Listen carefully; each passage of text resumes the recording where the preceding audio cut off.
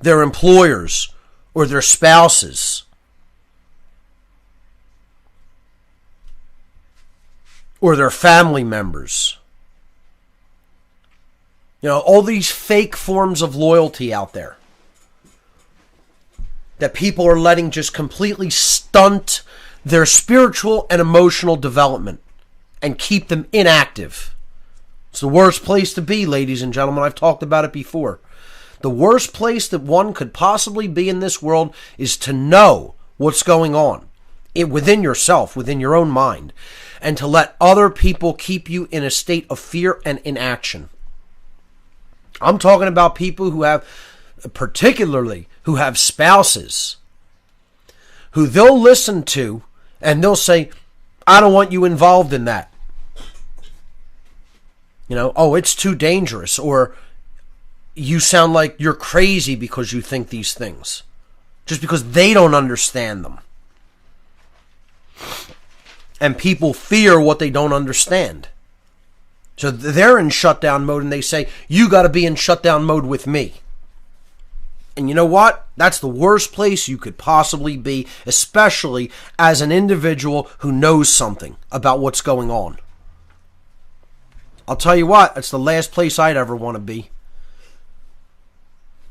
In many cases, people are living in such a state of conflict internally and conflict with the truth that they'll go into addiction mode, you know, to beat up on themselves, doing drugs and alcohol and trying to numb out that knowing, that inner knowing that they should be involved in this battle. Part of getting that whole attitude out of your whole makeup is to develop real courage and start getting on the side of truth and start getting on the side of right action. To do what you need to be doing in society, to start doing the great work. And you'll see how the universe will come to your aid and your life will actually improve.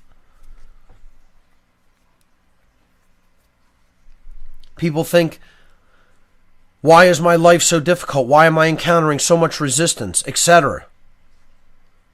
Well, part of it is because you don't care about truth. Part of it is because you don't care about freedom. And you're not actively doing something to, you know, try to advance those things in the world. People love their creature comforts. You know, and I understand women's love of creature comforts. What really aggravates me is how much men have become attached to creature comforts. And how much they love, quote unquote, love life. Whenever I hear people say, I love life, it's like, I don't know how you could love this state of existence the way that it is. You love life the way it is. There's something seriously broken inside of you. I mean, you're way more screwed up than I even imagined.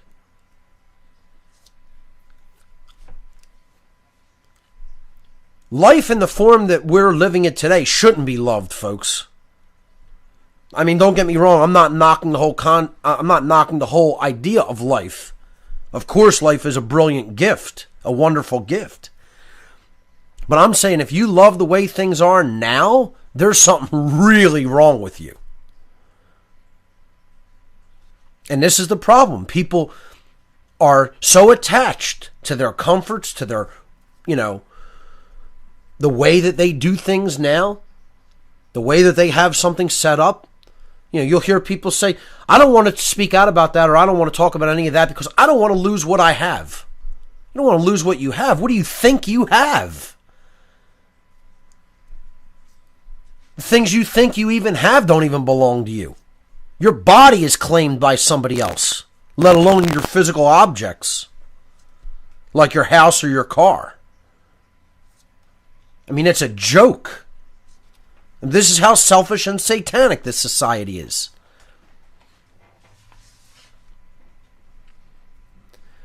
You know, this idea that I'm comfortable I'm in a comfortable job. I'm in a comfortable house. I'm in a comfortable relationship. These are all false notions of comfort anyway. If you're in a relationship where the other person really doesn't care about freedom, you're not in any real relationship. You're just attached. That's all. You just don't want to be by yourself because you're trying to fulfill some need to be with somebody else, and when that's not any kind of genuine situation. But you're in a job and you're happy that you make a certain amount of money so you can live a certain lifestyle, and really all you're doing is prostituting yourself. I mean, how many people are actually doing something they genuinely want to be doing?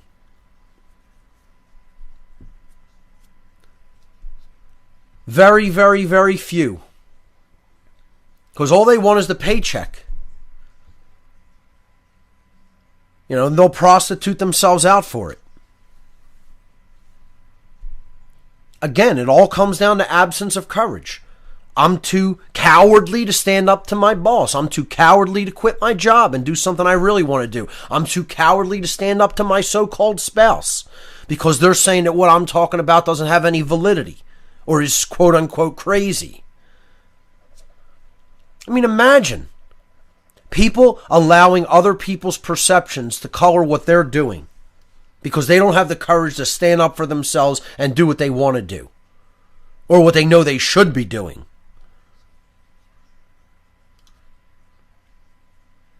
And ultimately it comes down to we love our comfort and our lives, quote unquote, more than we love freedom, more than we love truth and freedom. And that's a false form of love. That has nothing to do with agape, with true love, with love as a higher form of awareness and consciousness that allows consciousness to expand and unfold and evolve.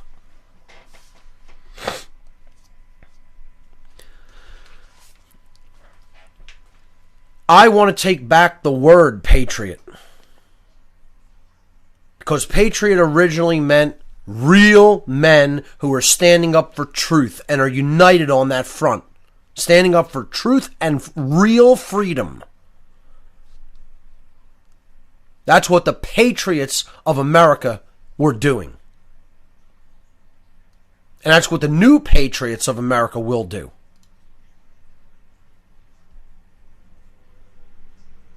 When I think about where I live and what happened here, and how the founders and the revolutionaries of America, how their efforts are being squandered by the absolute hipster, leftist, commie trash that exists in this city and throughout this nation. These too cool for school know-nothings. Television watchers is what they are. Brainwashed television watchers who think they know something. And you know what they are? They're communists walking around in costumes. Dirty communists. And they'll spread this cultural Marxist garbage, which, by the way, do me a favor. Anybody that wants to try to convince me the founding fathers of America were somehow bad people, don't bother to email me. Don't bother to attempt to contact me in any way, because you're a moron. I'm not interested in your cultural Marxist garbage. Okay? Go move to North Korea or someplace where, you could spread your cultural Marxist garbage to another bunch of zombies. Because it ain't flying with me. Because I'm more educated than all that. Okay? Gramsci's plan is not going to work on somebody like me. You're not going to convince me that what those men fought and died for was to set up some other form of slavery here. I don't buy that revisionist bullshit. I'm not interested in hearing it. I have already looked into the claim and have rejected it thoroughly as bullshit. And I wasted too much of my time even doing that. Because it smelled like bullshit before I even investigated it. And I have done that investigation, and it holds no water. And quite frankly, I'm tired of hearing a lot of this crap that all it does is try to put doubt in people's minds and take them off the course. It's a really good tactic of distraction and manipulation and disinformation.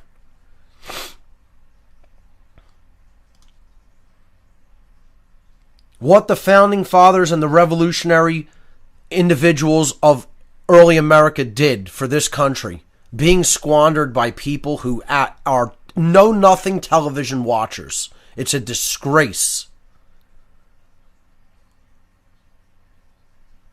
Let me tell you something, folks. The founders would have already called for war a long time ago. A long time ago, they would have called the militia up.